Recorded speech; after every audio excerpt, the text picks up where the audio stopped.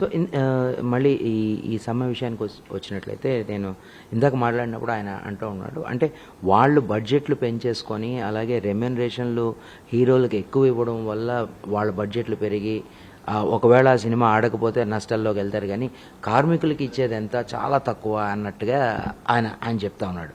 So only budgets అనేటువంటి హీరోలకి ఎక్కువ రెమ్యునరేషన్ ఇవ్వడం వల్ల పెరుగుతున్నాయా, లేకపోతే మిగతా ఈ విషయాలు కూడా దాన్ని ప్రభావితం చేస్తాయా? ఇప్పుడు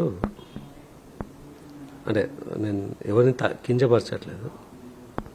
మీరు ఒక క్రికెట్ ఆడుతున్నారు అనుకోండి, ఒక ఇంటర్నేషనల్ మ్యాచ్కు మీకు రోలర్ బాయ్స్ అంటారు, అంటే వాళ్ళు పిచ్ని కరెక్ట్గా రోల్ చేసి పిచ్ని స్ట్రాంగ్గా అంటే ప్రాపర్గా ఉండి వితౌట్ క్రాక్స్ ఉండాలంటే అది వాళ్ళు కరెక్ట్గా చేస్తేనే బ్యాట్స్మెన్ కరెక్ట్గా ఆడగలడు.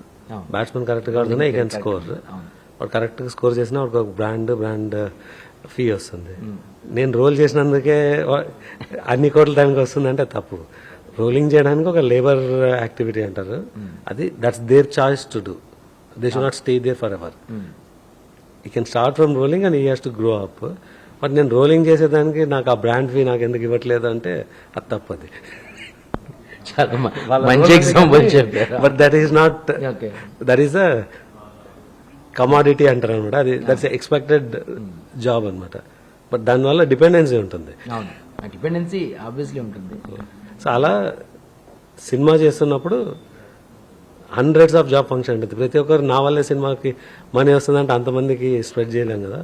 సో సినిమాకి ఎక్కడైతే మార్కెట్ వాల్యూ ఎవరి నుంచి వస్తుందో వాళ్ళు దే డిమాండ్ దేర్ ఫీ. అది ఎవరైనా ఉండొచ్చు, డైరెక్టర్ ఉండొచ్చు, హీరో ఉండొచ్చు, యాక్ట్రెస్ ఉండొచ్చు, కొరియోగ్రాఫర్ ఉండొచ్చు. వాళ్ళ కాంట్రిబ్యూషన్ ఏముంటే దాని ప్రకారం దే షుడ్ డిమాండ్.